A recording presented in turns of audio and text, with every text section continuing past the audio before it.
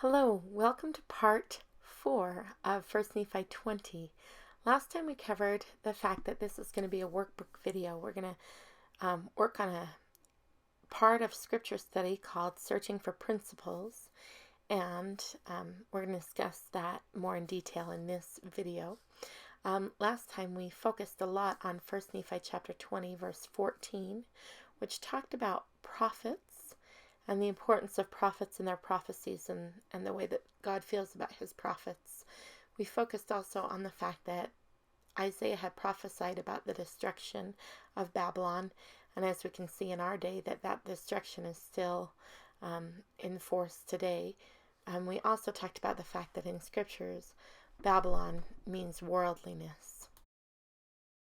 Okay, so we're going to begin today by talking about principles and how principles are important in scriptural study. We start with a talk by Elder Richard J. Scott called Acquiring Spiritual Knowledge from October 1993 General Conference. In this talk, if you get a chance to read the whole thing, it's wonderful and brilliant. But in this one, he talks specifically about looking for principles when we study the scriptures. As you seek spiritual knowledge, carefully search for principles. Separate them from the detail used to explain them. Principles are concentrated truth packaged for application to a variety of circumstance. A true principle makes decisions clear even under the most confusing and compelling circumstances. It is worth great effort to organize the truth we gather to simple statements of principle. So here's a quick little review that principles are truth that can be applied in our lives. And it's worth a great deal of effort to write them as simple statements, maybe in the margins of your scriptures. So we're going to begin in this section with talking about verses 15 through 18. And one thing that I like to do, as you can see right here, is I like to break down the verses and see what words or phrases are in common. We're just going to look today at the word I and how the Lord has used I throughout this verse. So if we do that in these verses, looking for the word I, let's see if we can find a principle that we can learn from these verses. And I've chosen to focus on this one. Come ye near unto me, I have not spoken in secret. And then I'm going to write my principle by these verses. The Lord is speaking to me. And then typically what I would do is I would go a little bit deeper. I would probably start thinking about what that means the Lord is speaking to me. When has he spoken to me in the past? I would probably ponder it, write about it, maybe have a discussion about it with friends of mine. For the purposes of this video today, we're going to continue to work on principles, but of course you're always welcome to pause and do whatever you feel by the Spirit to do. So let's go ahead to the next verse, and we'll read that through and see if we can break down and understand what that one means. Verse 17. And here in verse 17 it says, And thus saith the Lord thy Redeemer, the Holy One of Israel, I have sent him. And again, we're talking about, as we looked at it in verse 14 in part 3, him meaning the prophet. And then I just took the liberty of putting in parentheses to separate the information. It's separated by commas, but I thought this would help clarify a little bit.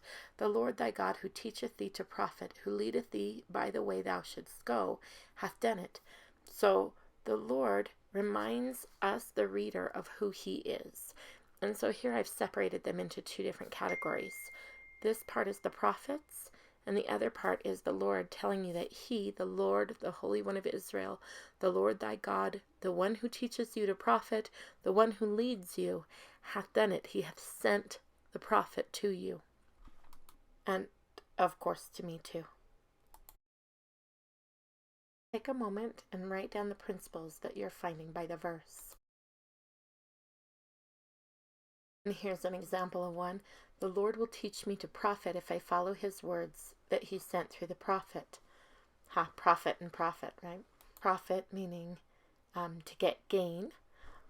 maybe not always monetary, but to get gain in this life. And the second profit, of course, meaning the person. So maybe we could stop and ask ourselves this question: how have I profited from following what the Lord has commanded through the prophet? Or you could stop the video and answer this question. There's another choice for you. How have I been led in good ways by following the Lord through the words of the prophet?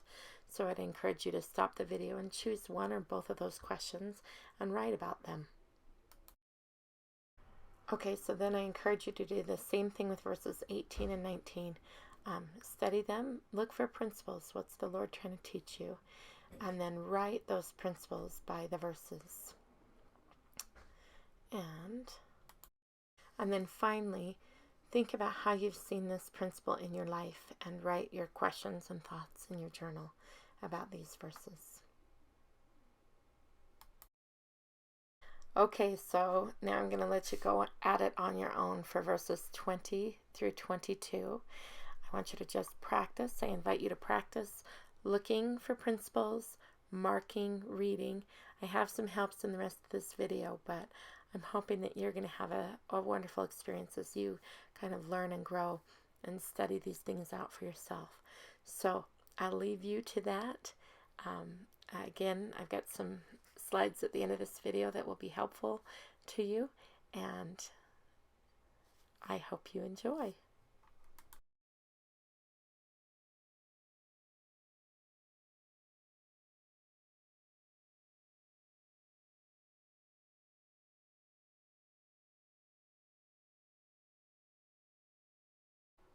Okay, so in this section, I wanted to just talk for a minute about 1 Nephi 20:21, just as a little reminder.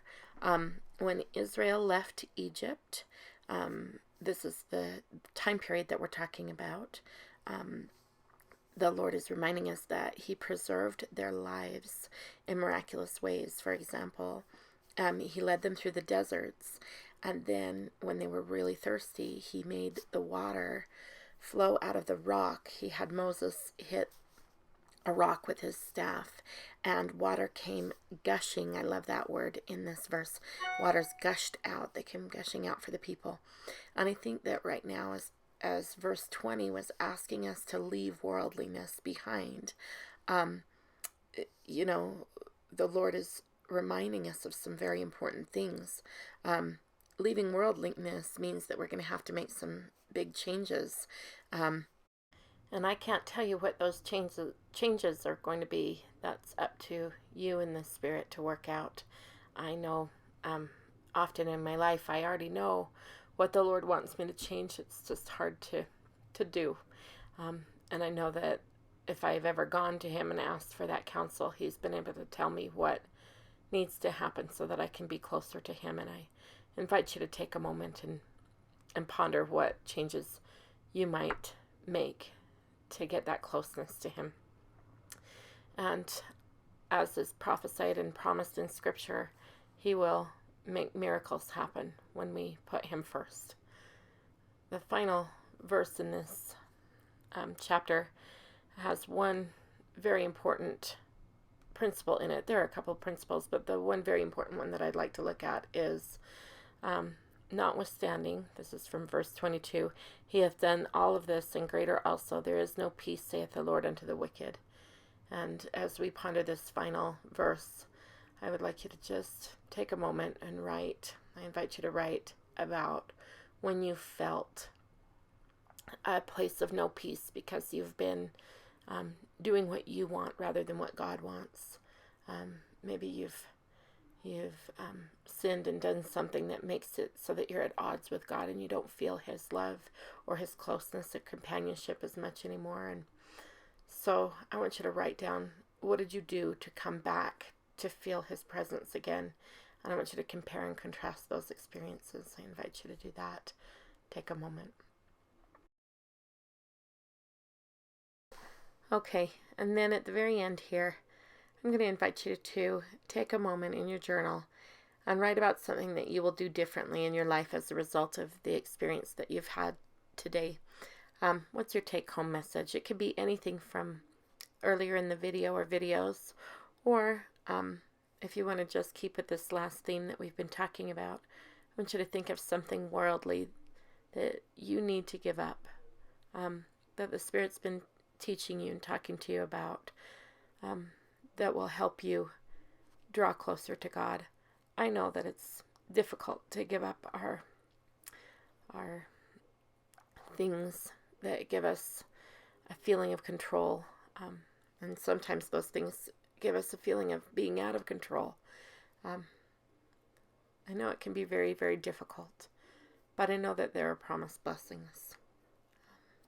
And sometimes it's hard when the Lord asks us to give up so much for Him.